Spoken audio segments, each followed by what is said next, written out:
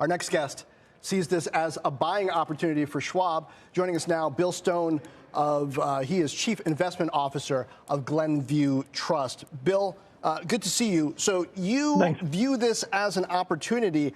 I wonder, though, is this a moment when investors are waking up to the idea that they can get yield elsewhere, and so margins are going to get squeezed by Schwab and others? Is all of that priced in?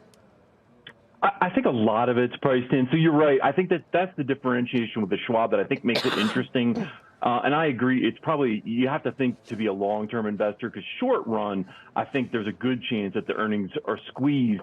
It's an earnings, issue because of the large amount of essentially banking that Schwab does now, like you mentioned, in terms of earning money on cash with them. But I don't think it's any sort of, I'm highly confident it is no sort of liquidity issue. So I think if you look at a high quality company with a great brand like Schwab, and you can buy it at times like now when it's really gotten crushed due to what are clearly short-term headwinds here, this whole cash sorting issue, I think in the long run, you'll be real happy. Again, short run, it probably continues to be a bit choppy at best.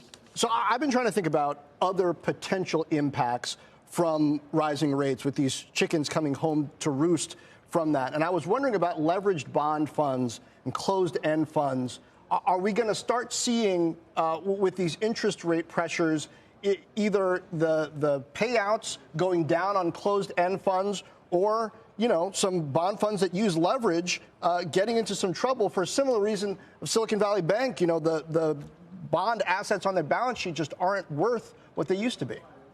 Well, I think it's a great analogy, because essentially a part of the problem at Silicon Valley was it was essentially a leveraged bond fund, right? So you're taking deposits in, which is is your leverage, right? And then you're buying a bond portfolio, and it's kind of the exact same thing. So I don't know what else to say, but yes, I think you're right. I generally advise, I don't care what's going on, it's generally a good idea to avoid those over the long run.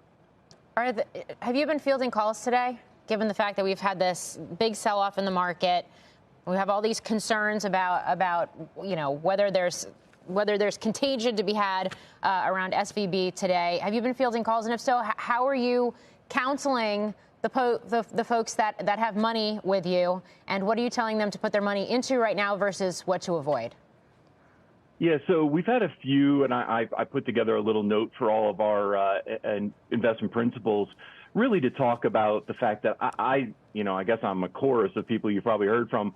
I don't think this is a systematic issue. I tried to lay out why I think, Silicon Valley, failed, and why it's different from, say, a Schwab, which we own for clients, a Bank of America, a JP Morgan. And I think there are very explicit differences. Now, that being said, I think it continues to our theme, which we've talked to clients for, maybe, longer than they'd like, which is you have to stick to quality here, because I think, the rise in rates and the economy uncovers these kind of cracks. So you want to stay to high quality companies and avoid, the lower quality and more cyclical kind of companies. So you'd be buying into some of those quality names on a day like today, for example?